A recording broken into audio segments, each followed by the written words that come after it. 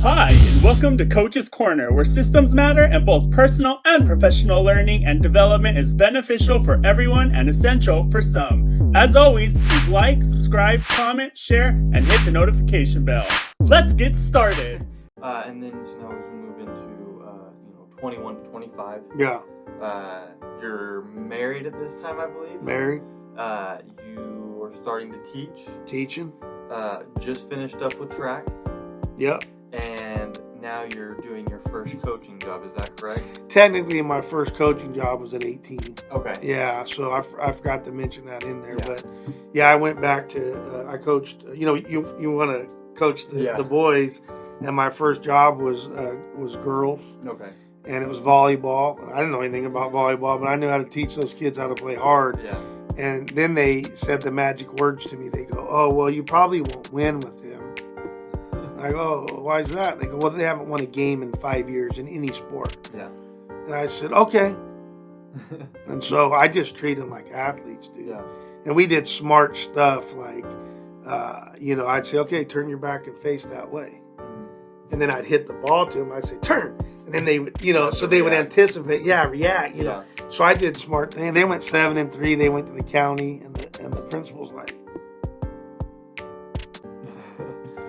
well, I didn't know anything about that. Well, then we went to basketball. And I knew a lot about basketball. Right. And so we went undefeated that year. I think we went actually 9-1, but we won the league. And we just would, because I made the girls play the boys. Right. And the boys at my school did not want to play them. No. They were tough. Yeah. And they were ornery. They would box you out on the ground. So we won league. They didn't. I don't know what happened in county that year. Something weird. And then in baseball, we were like 2-6 because if at that level, if the other team has a pitcher, there were two. The first two games we lost. My girls couldn't hit it past the pitcher if they could hit it at all. Yeah. So it was like 10 strikeouts and 3, numbers to the. I was like, geez, crackers. And then also with 21 to 25, first kid. No, I don't Okay. think so. I think we were older. Older. Okay. So you're 23. So if I'm 52, well, do some simple math on that. You wouldn't have been quite 27? around. Yeah. Okay. Yeah, I think that. Yeah. Okay. Got it. So, Because we used to have some pretty rough nights, and I don't think we would have done that. With kids, it slows you down. got it. We used to bring people over and we play bunco and stupid games like that because we were the only one that had a house at the time. Right. So, Everybody else was in an apartment, so they would come over. got it. Yeah. So I'm just trying to make sure that we can cover everything as we go down. Anything else that I'm missing with 21 to 25, just overall? No, I mean it was just working and coaching, and I think that's when systems really started to come together because I wanted to, I wanted the basketball team to dominate. Got it. Okay. And so that was really my first conscious level decision to make a system. And it took me 8 years, and I worked at it, not just during the season. Right. Not just during practice. I'm talking about after. I mean, I would, the beautiful mind thing, I had stuff all over and whatever, and it took me 8 years, but that basketball system was special. Got it. Okay. So with 21 to 25, we'll go and start with spiritual religion, the holistic system of spiritual religion. Yeah, so, okay, nothing spectacular there, but I would do some stuff. I wasn't a big church goer ever, but I'd read the Bible a little bit. I'd pray. I'd do a little bit of stuff. But I would say it wasn't the height of where I was at. That was probably from 25 to 30. Okay. It was probably the height of my spiritual religious, position or whatever you call that. Yeah, got it. And then, but I don't think this needs to be said, but anyways, everything you did was always with intentionality. Yeah. Even if you were doing it just a little bit, there was always the intentionality behind it, not just to do it. Yeah, I always wanted to be intentional, and I always thought of others first. Right. How can I help this person? And so, when we're younger, we're selfish. Yeah. By nature, and then as we get older, we usually get more selfish. I went the other direction. Mm-hmm. Even at a younger age, we would go and volunteer at my mom's school or do different things of that nature. So there was always that kind of bred into me. And as I got, became a teacher, what else should you be doing? Right. You better think about that kid, that child, that Yeah. right. And so I really poured my heart into becoming a great teacher. Yeah, got it. And then as we move into family friends, 21 to 25. Yeah. Yeah, so my wife, she's a little bit more social than I am. So, like I said, we'd have 10 or 12 couples.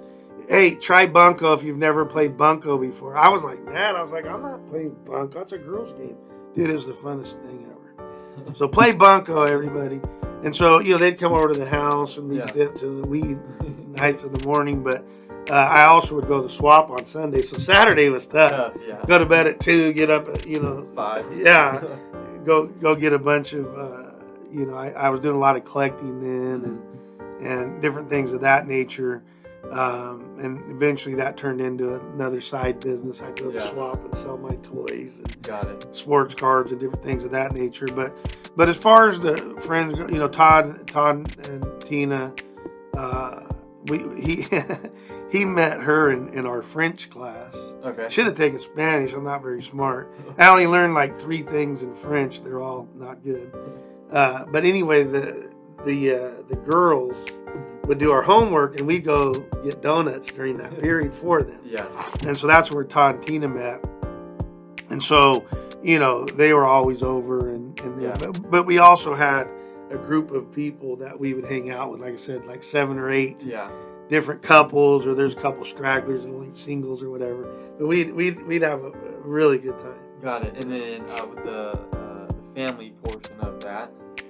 Yeah, so, rough with my dad there for a little bit because I was angry at him, that he left my mom. And he was dating this teacher, and, I didn't like it. Yeah. Right. Because I'm the guy that watches the movie, and at the end, if it's not perfect, I'm mad. Right. Like, I don't want anybody to die. Yeah.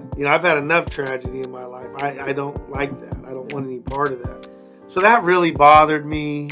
My brother, I don't even know, to be honest. Older one, right? Is that yeah, that he was. Thank you. I don't know. I know he did a lot of stuff out of town, and so I don't really remember the age, but okay. But I know we did live with him for a little. He was a realtor, and so we were having our house built about the time you were coming around. Our second house. Yeah. And we did live there for a little bit, so it was okay. But I think there were some competitive things there, maybe that that I didn't know, and maybe he didn't know at the time. No one ever solved or talked about type of stuff. Yeah, or maybe we were pitted against each other. I don't know. Got it. I don't know. We never really talked about it, but we were cordial and talked and did things. And I think we even went to Vegas with him a couple times, but we were just different. And then my younger brother, what is he, 13? I'm 25 or whatever. Yeah. So, but again, still like his dad because his dad had left. So the relationship hadn't changed. Not much. Got it. And me and my mom, we were always tight. We worked in the same school district together and different things like that. And I think around 30 is when we started the after-school program out in our district. Got it. So, just still a lot going on. Okay. And then now with health physical, so you're not doing track as much, or I should say, you don't have a sport. Because when you grow up from ages 5 to 18, maybe even, you get to 22, 95% of the people probably do some kind of sport. Yeah. And then after that, only however many people go pro. Right. So how did that look from 21 to 25? Were you still able to exercise and do different things like that?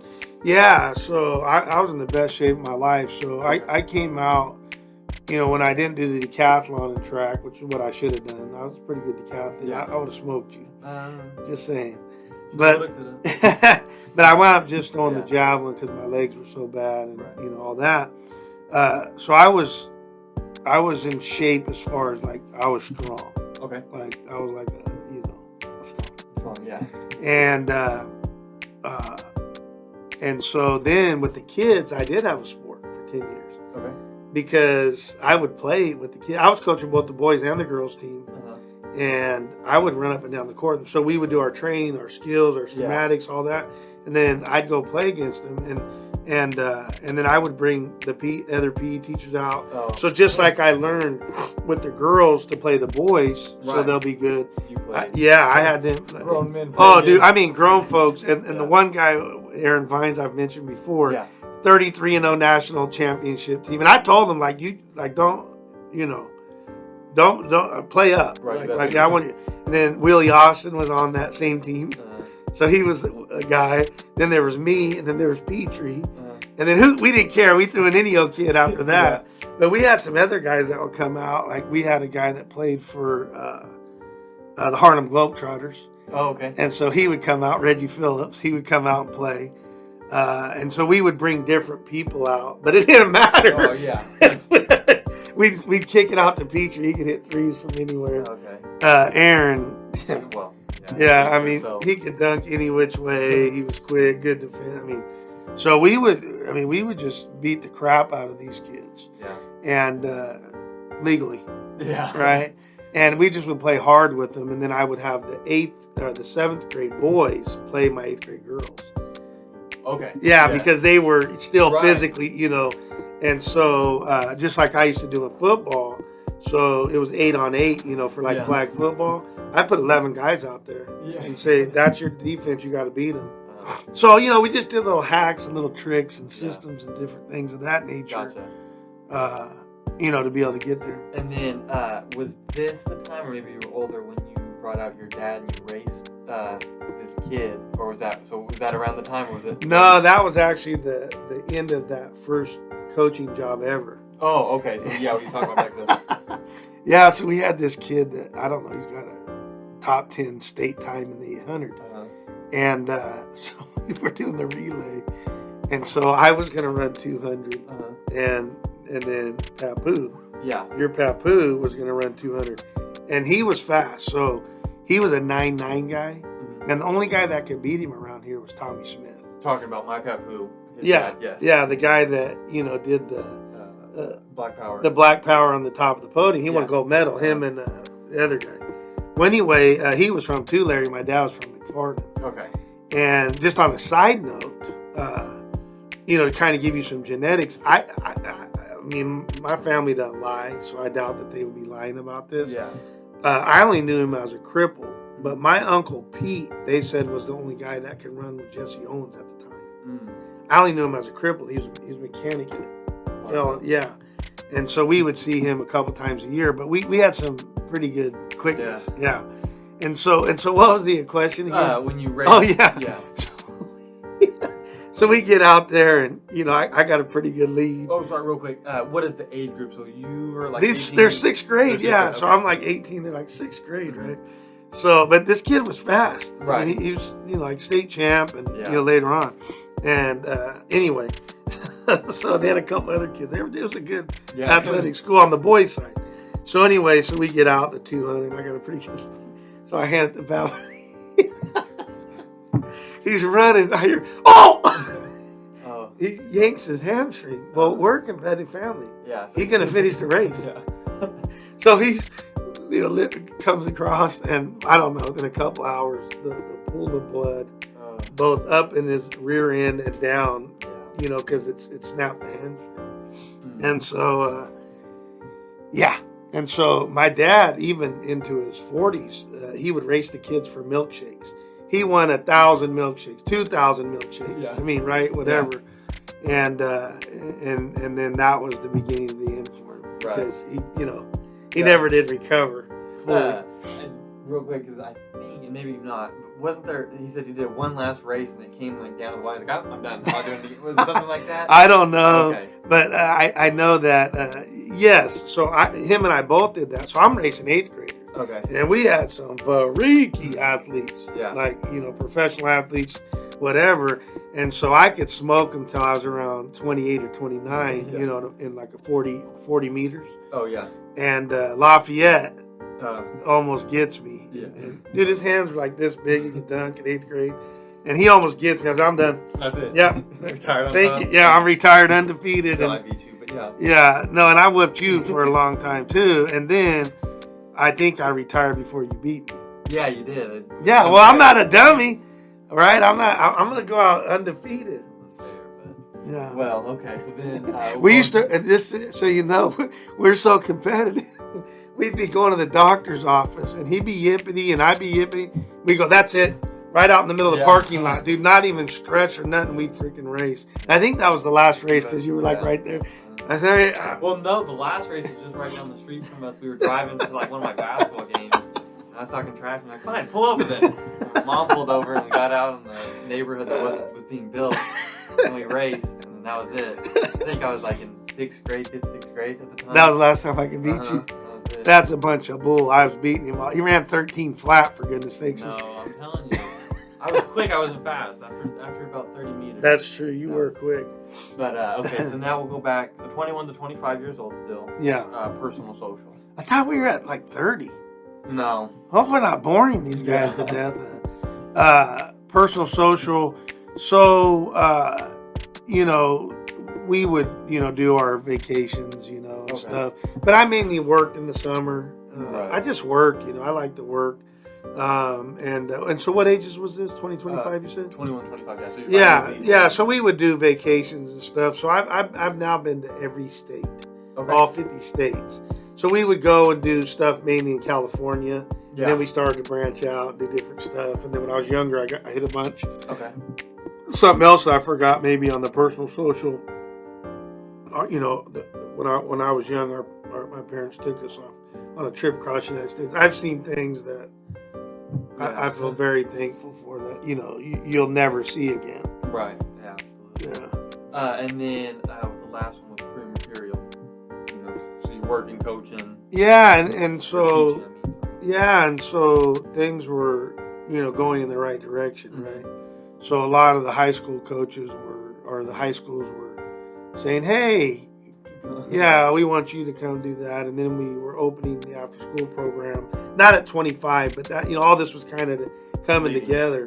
And so I'm like, no, I like the middle school. I'm cool.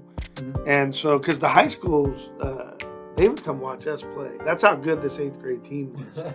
Right. Yeah, they were amazing. They were freaky, dude. Yeah, special. Too bad they couldn't stick together, you know, moving forward. Yeah, they all went to 5 different, or 2 of them went to one high school, and the other 3 went to another one, and the other one who couldn't even crack my starting lineup, he played for the Pirates. He was a lefty.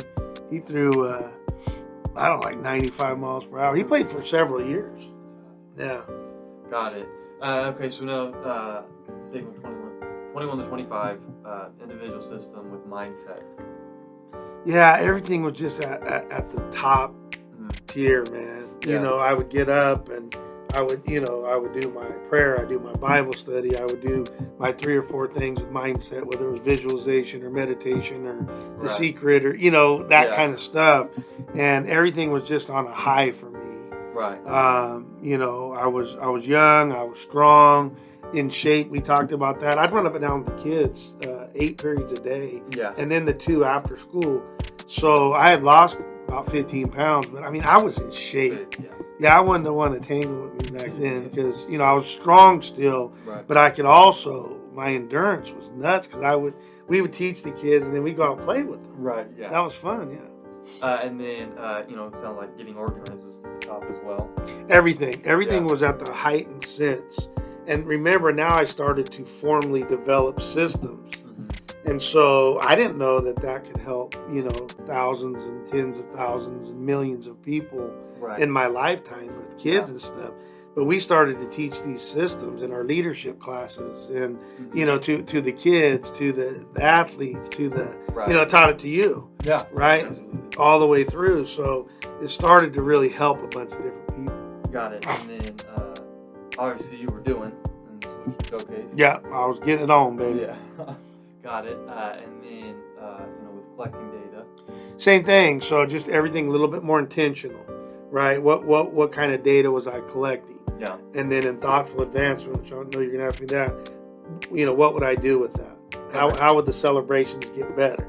Yeah. So the celebration went from I'm going to slap myself on the rear end or tell myself good job to where, you pop Jolly Ranchers or probably shouldn't have done that part, eat popcorn or, something that, I'm going to go to the movies. I'm going to go do a getaway and reward myself because we just won the championship or, different things of that nature. Got it. If you need to contact Brett or Coach, please do so on his social media accounts, email, and or text. You can find that information in the description below. Again, please like, subscribe, comment, share, and hit the notification bell. Thanks, and we hope you enjoyed.